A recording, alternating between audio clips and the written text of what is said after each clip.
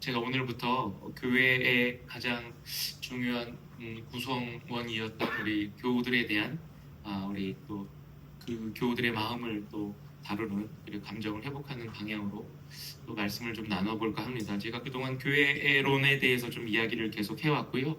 그러다 보니까 어느 날 교회론 속에 들어가 있는 우리 교우들에 대해서도 좀 말씀을 나누면서 그리고 감정 또는 마음의 어떤 위로와 회복이 있는 그런 말씀이 필요하겠다라는 생각이 들어서 그렇게 주제를 좀 잡아보면서 이제 말씀을 좀 나누겠습니다. 예수 그리스도께서 교회의 머리 되시죠. 그리고 공동체에 속한 성도 여러분들은 그분의 지체가 됩니다. 지체가 건강해야 몸이 건강하고 또 건강한 몸, 즉 건강한 교회를 통해서 사역이 더 역동적일 수 있습니다. 하여 성도들의 마음과 감정을 회복하는 것이 무엇보다 중요하다고 여겨집니다. 이 부분에 대해서 구체적으로 또 말씀을 나누고 저는 더 성령께서 치유와 회복의 그 은혜로 여러분들을 회복시켜 주실 것을 기대합니다. 그래서 오늘 제일 먼저 우리 상한 감정의 치유 첫 번째로 나의 감정을 마주하다라는 제목으로 좀 말씀을 나눠보도록 하겠습니다. 말씀을 통해서 은혜와 회복이 있기를 바랍니다. 한 청년이 매일 똑같은 길을 걸어 출근하곤 했습니다. 매일 같은 길을 걸어서 출근했죠. 사람들은 그가 성실하다고 말했습니다. 그리고 겉모습도 멀쩡해 보였죠.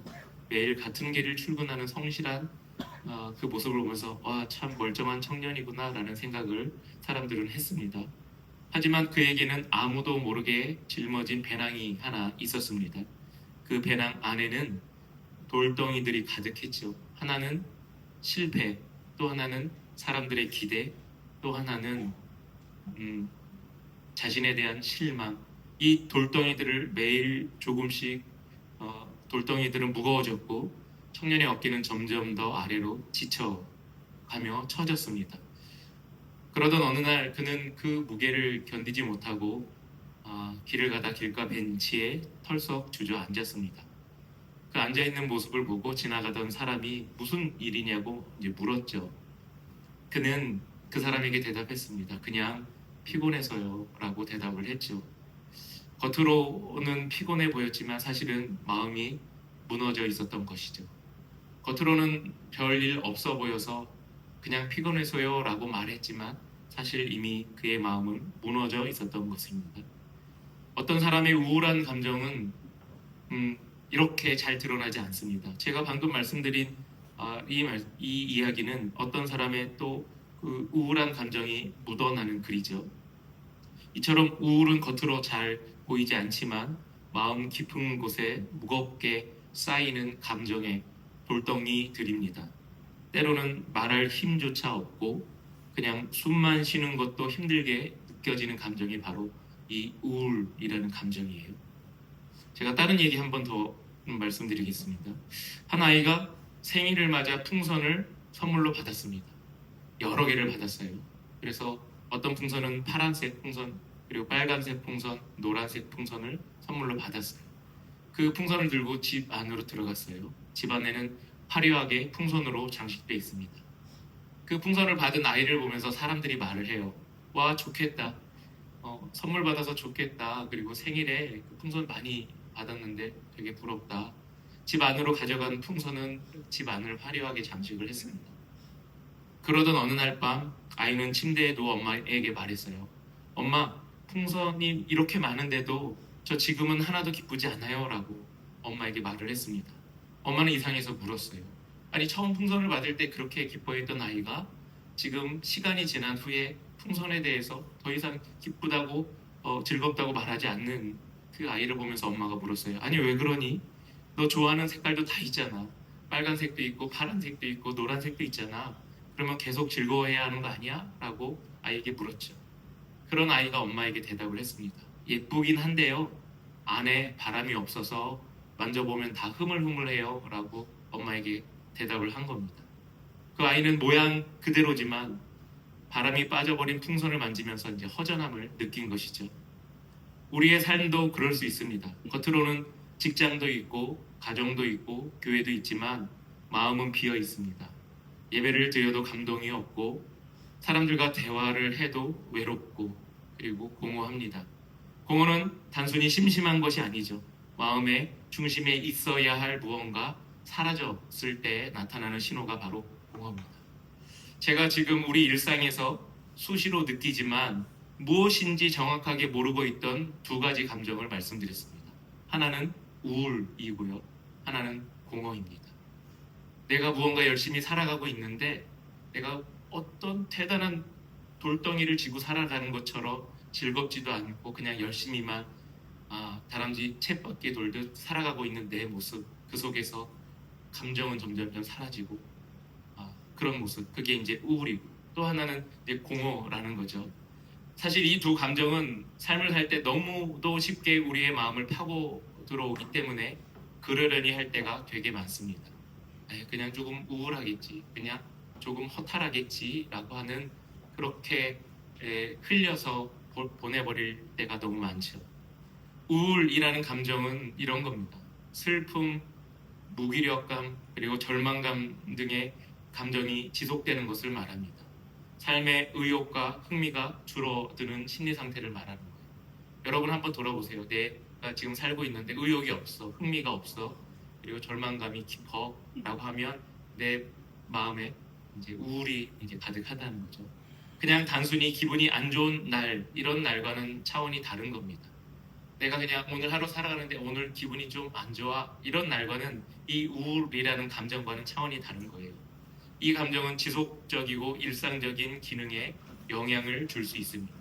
그래서 우울이라는 감정을 좀 특징 지을 수 있는데 제가 몇 가지 설명을 해볼 테니까 자기 자신에게 한번 대입해 보세요. 나는 어떤 상태인가 한번 돌아보시면 좋을 것 같습니다.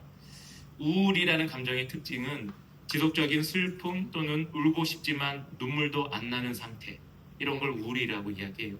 또 무기력감인데 아무것도 하고 싶지 않은 그런 상태, 아무것도 하고 싶지 않아.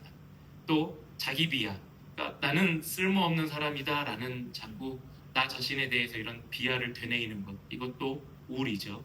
그리고 수면이나 식욕에 대한 변화가 급진적일 때, 때로는 잠이 너무 안 오고 어떨 때는 잠을 잘 자고 어떨 때는 폭식하고 어떨 때는 잘 먹지 않을 때, 또 죄책감, 이유 없이 나 자신을 탓하는 그런 마음, 그리고 삶의 의미 상실 또는 죽음에 대한 생각을 할 때 지금 이렇게 열거한 일들이 우울이라는 감정을 갖고 있을 때 나타나는 현상들입니다. 그러면 제가 아까 풍선에 대한 이야기를 하면서 공허라는 이야기도, 공허에 대한 감정도 말씀드렸는데, 공허는 감정이 사라진 듯한 텅 빈 느낌을 말합니다. 우울이라는 것은 이런 감정도 있고 저런 감정도 있는데, 공허라는 것은 아예 감정이 없다는 거예요. 기쁨도 슬픔도 느껴지지 않는 상태, 마음이 무감각하거나 허무하게 느껴지는 상태를 공허라고 이야기합니다. 그래서 이 공허라는 상태를 좀 제가 또 이 특징을 몇 가지 말씀드려 볼게요. 여러분 또 한번 자가 진단을 해보세요. 나는 공허한 사람인가? 그렇지 않은가? 한번 진단해 보시면 좋을 것 같습니다. 정서적 무감각, 기쁨도 슬픔도 느껴지지 않아.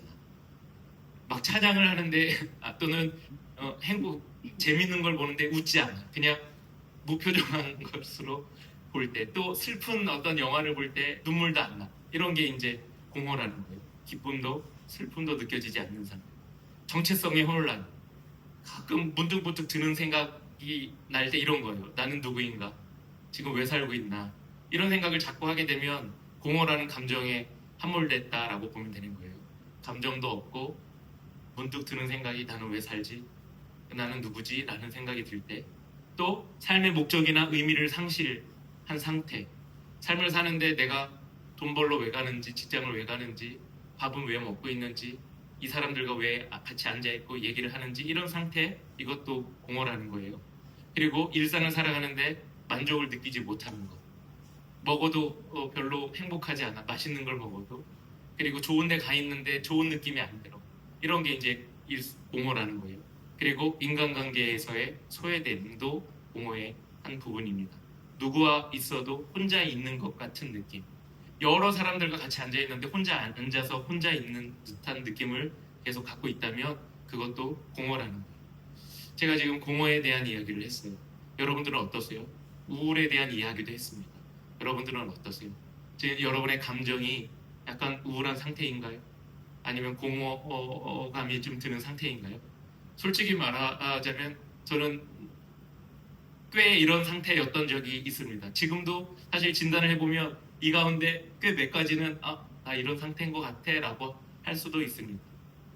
우울은 감정이 과하게 무겁고 슬픈 상태라면 공허는 감정이 사라져버린 듯한 상태라고 할 수 있습니다. 이 둘은 함께 나타날 수도 있습니다. 예를 들어서 이렇게 표현할 수 있어요.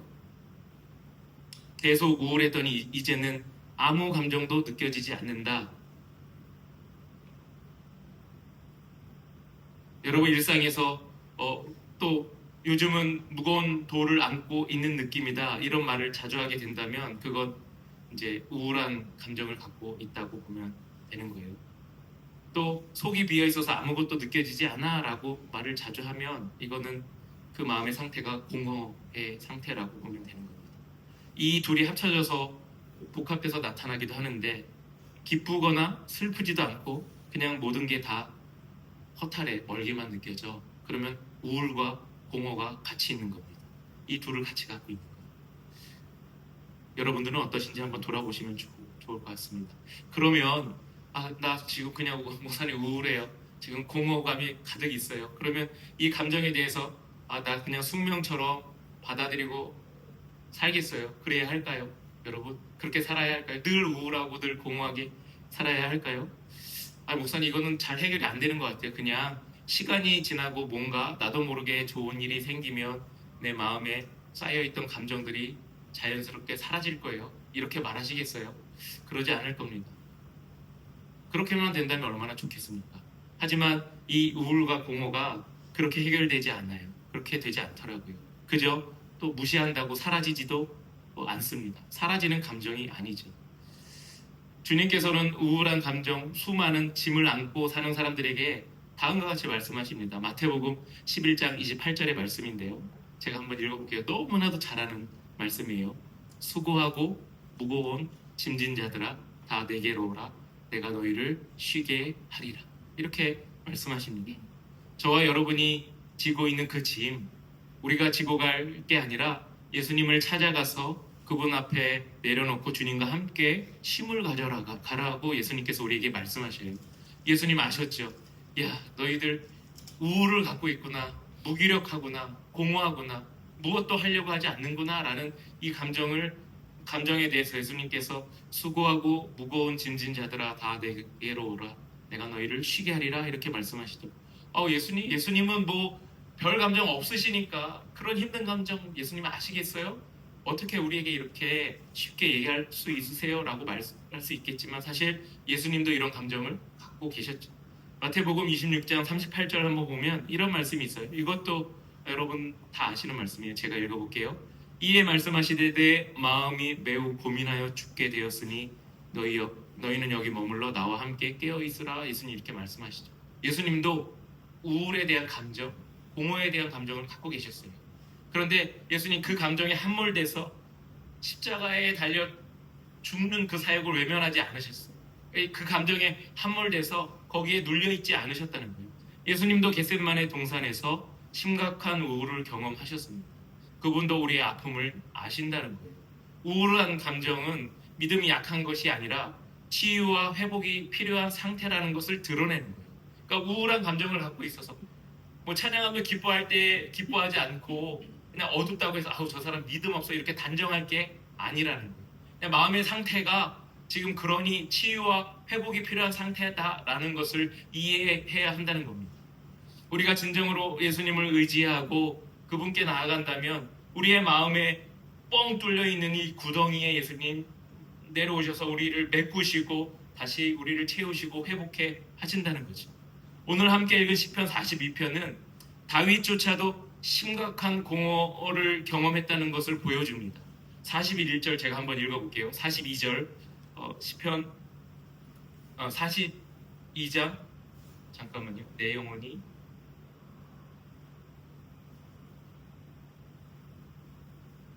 42장의 2편에 있는 말씀인데요. 제가 저를 잘못 써서 잊어먹었습니다. 제가 그냥 읽어볼게요. 찾으세요. 내 영혼이 하나님 곧 살아계신 하나님을 갈망하라니 내가 어느 때 나아가서 하나님의 얼굴을 배울까? 이렇게 고백하죠. 그러니까 공허는 하나님을 잃어버린 내면의 신호입니다. 그럴 때 우리는 외형을 고치는 것이 아니라 다시 하나님과 연결을 회복하는 것이 먼저여야 하죠. 하나님은 우리의 영혼을 다시 움직이게 하시는 분이죠. 그분이 숨을 불어넣으시면 멈춰선 마음도 다시 뛸 수 있습니다. 저는 믿음의 공동체인 동대문 성결교회 성도님들의 상한 마음이 치유되고 회복되기를 바랍니다. 시편 42편 1절에 11절에 보면 이렇게 말씀이 나와 있어요. 내 영혼아 내가 어찌하여 낙심하며 어찌하여 내 속에서 불안해하는가? 너는 하나님께 소망을 두라. 나는 그가 나타나 도우심으로 말미암아 내 하나님을 여전히 찬송하리로다. 이렇게 얘기하죠. 다윗조차도 심각한 우울과 공허감에 휩싸여 있을 때 거기에 함몰되어 있거나 거기에 좌절한 것이 아니라 내 하나님을 찾기 위해 갈망하고 하나님 앞에 나아가 하나님께 읍소하는 다윗의 노력이 담겨 있는 말씀인 거죠. 그러기 위해서는 우리가 먼저 해야 할 일이 있는데 그게 뭐냐면 먼저 자기 감정을 마주해 봐야 합니다. 지금 내 마음의 상태가 우울한 상태인지 공허한 상태인지 솔직히 봐야 돼요. 이것을 인정하지 않으면 예수님께 나아가 도움을 구하기 어렵죠. 예수님 말씀하셨잖아요. 수고하고 무거운 짐진 자들아 다 내게로 오라 말씀하시는데 내 마음의 상태를 들여다보니 나는 공허하지 않아, 나는 우울하지 않아 라고 이야기한다면 나는 스스로에게 수고하고 무거운 짐진 자가 아니겠죠. 그러니까 제일 먼저 여러분들 하셔야 할 것이 먼저 내 감정을 마주해야 합니다. 지금 현재 내 감정의 상태가 어떤지 내 감정의 상태를 체크해야 합니다. 우울만 있을까요? 또 공허만 있을까요? 그렇지 않을 거예요. 화나 계신 분들도 계실 겁니다. 짜증나 있는 분들도 계실 거예요. 무기력함에 휩싸여 있는 분들도 계실 거예요. 그런 분들 내 감정의 상태를 한번 들여다보세요. 나 스스로가 내 감정과 마주해 보세요. 이 감정에 솔직할 때에 이 감정을 하나님 앞에 온전히 드러낼 수 있습니다. 하나님께 드러내야 하나님께서 도움을 주시죠. 하나님께 드러내야 하나님께 도와달라고 요청할 때 하나님께서 도우실 수 있습니다. 시편 62편 8절에 보니까 주님이 백성들아 시시로 그를 의지하고 그 앞에 마음을 토하라. 하나님은 우리의 피난처시로다. 이렇게 얘기합니다. 그러니까 하나님께 내 마음의 공허함이든 내 마음의 우를 그대로 드러낼 때 하나님께서 그 마음을 받아주시고 그 마음을 해결하시죠. 여러분들 하나님 내 마음의 감정 앞에 먼저 마주하시는 은혜가 있기를 바랍니다. 솔직해 보세요. 솔직히 스스로에게 저한테 말할 필요는 없습니다. 옆 사람에게 말할 필요는 없습니다. 그저 내 지금 마음의 상태가 어떤지 스스로에게 한번 스스로에게 고백해 보시고 그걸 가지고 하나님 앞에 솔직하게 한번 기도하면서 말해보시기 바랍니다. 그럴 때 하나님의 도움이 있을 줄 압니다. 두 번째로 하나님의 말씀과 기도로 내면을 치유하시기 바랍니다. 이건 내 감정에 솔직한 다음에 그 다음에 하나님께 고백할 때 그 다음으로 나가는 단계 있죠. 공허한 마음은 말씀으로 채울 때 생명을 얻고 그리고 방향을 잡을 수 있습니다. 아까 공허한 마음의 상태가 뭐라고요? 무기력이에요. 감정도 없어요. 슬프지도 않고 기쁘지도 않아요. 그냥 아무것도 하기 싫은 상태가 그리고 무기력한 상태가 공허죠. 그럴 때 내 그 마음의 상태를 채울 수 있는 건 말씀이어야 하는 겁니다. 말씀으로 마음을 채우시기 바랍니다. 그리고 그 다음 단계로 나아갈 수 있다면 할 수만 있다면 우리가 스스로 고립되지 않았으면 좋겠어요. 나 지금 우울하고 그리고 공허하니까 아무도 만나고 싶지 않아. 힘들고 어려우니까 누구의 얘기도 들리지 않아. 듣고 싶지 않아. 라고 하지 마시고 믿음의 사람들과 마음을 나누는 시간을 좀 가져보시기 바랍니다. 믿음의 사람들과 마음을 나눠보시기 바랍니다. 제가 예전에 한 1년 전인가 마음이 되게 힘들고 어려울 때가 있었어요. 뭐 그냥 오늘 말씀대로 하면 우울과 공허가 겹쳐왔을 때가 있었어요. 근데 그때 누구한테 좀 말하고 싶은 때가 있었어요. 누구한테 전화라도 해서 아니면 만나서 나 차 한 잔 사줘. 나랑 차 한 잔 좀 해주세요라고 그런 상태가 있었어요. 그런데 핸드폰에 있는 전화번호를 막 올리다 보니까 아무에게도 전화할 데가 없는 거예요. 그러니까 이게 제가 이제 목회자니까 사실은 가족들이나 성도들에게 얘기하기 어려운 것 때문에 오는 것들이 있거든요. 그러면 이제 예를 들어서 그걸 알만한 사람들이 동료 목회자들이든지 아니면 신학교를 같이 다녔던 동기들인지 이런 사람들이어야 하는데 그런 사람들 찾아서 전화할 사람을 찾아보니까 아무도 없는 거예요. 아무도 없는 거예요. 야, 이렇게 상태가 이럴 수도 있구나라는 생각을 그때 했습니다. 그나마 그 리스트에 있는 목회하는 동기 선배들 중에 그나마 제일 친하다고 여겨졌던 사람한테 전화를 했죠. 근데 되게 어색하더라고요. 평소에 안 해오던 거니, 평소에 전화를 안 하던 거니 전화를 했어요. 했더니 왜 전화했는지 이렇게 그냥 대화 좀 해줘라고 하면서 대화를 했던 기억이 있습니다. 공동체 내에서 사실은 그런 게 필요합니다. 할 수만 있다면 고립되어 있는 것이 아니라 내 마음의 공허와 우울 이런 부분에 대해서 그저 대화 나눌 만한 지체, 대화 나눌 만한 옆에 사람. 그냥 전화했는데 무슨 일 때문에 전화한 것이 아니라 그냥 내 이야기 좀 들어줘 라고 하는 수준의, 그리고 아무 말 없이 커피 한 잔 해도 될까 그럴 때 시간 내줘서 커피 할 수 있는, 차 한 잔 마실 수 있는 사람. 그게 공동체로 회복하는 또 다른 길이죠. 실천할 수 있는 사안이에요. 그러니까 여러분들 주변 사람 보시고 예배에 나왔는데 그냥 혼자 예배 드리고 말 없이 가시는 분들 보시면서 전화 한번 해주셔도 될 것 같아요. 이 고립에서 나올 때 나 스스로 나오기가 되게 힘들더라고요. 제 경험상 그래요. 누구한테 전화해서 사실 이게 설명이 안 되거든요. 왜 우울한지, 왜 공허가 밀려왔는지 설명이 안 돼요. 그러니까 설명을 해서 차 마시자고 얘기하기가 되게 어려운 거예요. 그냥 전화하는 거죠. 근데 그 전화할 때 받아줄 수 있는 사람이 저는 우리 동대문 성결교회 옆에 사람이 되셨으면 좋겠어요. 같이 얼굴 보고 또 옆에 앉아서 지근거리에서 예배 드렸을 때 서로 디테일하게 느끼신 다음에 집에 가서 요즘엔 어때? 라고 한마디 할 때 술술술 얘기할 수 있는 그런 관계. 그래서 제가 여러분들께 드리는 권면은 신앙생활 정말로 혼자 걸을 수 없더라고요. 혼자 걷기 힘듭니다. 옆 사람하고 같이 걷는 거예요. 그래서 지체라는 이 지체의식 속에는 서로를 위한 책임감의 의무가 있습니다. 신앙을 책임지는 의무가 있습니다. 서로를 향해서. 그래서 우리 서로를 위해서 서로 책임져 주시는 신앙의 동료가 되시면 좋을 것 같아요. 말없이 손 한번 잡아주시고 말없이 서로 말 한마디 걸어주시는 그런 지체가 되면 좋을 것 같습니다. 그리고 마지막으로 아주 작은 것에 감사할 때에 이 우울과 공허에서 나올 수 있습니다.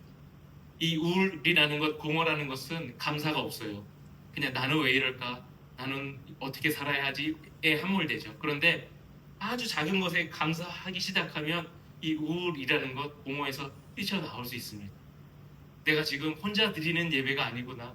앉아서 예배 드리는 사람들, 내 이야기를 들어주는 사람들, 얼굴 보고 웃어줄 수 있는 사람들, 그리고 서로 손잡아줄 수 있는 사람들이 내 곁에 있구나라는, 이것만으로도 감사하구나라는 생각을 할 때 나올 수 있어요. 네 가지 한번 여러분들 삶에 실천해 보시기 바랍니다. 첫 번째는 뭐냐면 아까 말씀드린 대로 내 감정과 한번 마주해 보시기 바랍니다. 그러면서 하나님께 얘기하시는 거예요. 제 지금 감정의 상태가 현재 이렇습니다라고 얘기해 보세요. 그리고 또 두 번째는 말씀과 기도로 내 내면의 공허를 채우시기 바랍니다. 한 절이라도 좋으니 한번 읽어보시면서 채워주시고, 또 한 가지는 뭐냐면 실천해 보실 것, 고립되지 마세요. 혼자 고립되지 마세요. 용기가 없다면 그냥 문자로라도 내 말을 들어줄 사람 옆 지체에게 전화 한번 해보시고 말을 걸어보시기 바랍니다. 그리고 우리는 서로를 위로하고 끌어줄 의무가 있다는 거 잊지 마시고, 그리고 감사하는 삶으로 나가시는 여러분들 되시기를 바랍니다. 그렇게 실천할 때 하나님께서 우리에게 말씀하시죠. 두려워 말라, 내가 너와 함께 함이라. 놀라지 말라, 나는 너의 하나님이 된다라고 말씀하시죠. 이 말씀이 우리를 치유하고 우리를 회복하게 하시는 거죠. 여러분, 삶의 일상 가운데 우리 신앙생활하면서 우리 교회 공동체 여러분 지체로 함께 예배드리고 있습니다. 교회론에 기반해서 교회가 회복되는 것도 중요하지만 저는 여러분의 삶이 신앙으로 회복되기를 바랍니다.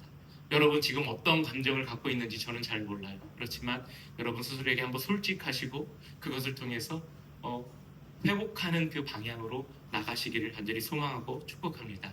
하나님 앞에 솔직한 감정으로 나갈 때 하나님께서 우리의 두려움을 극복하게 하시고 우리와 함께 하신다는 걸 잊지 마시고 여러분들 감정 그리고 상한 감정의 치유와 회복이 있기를 간절히 소망하고 축복합니다.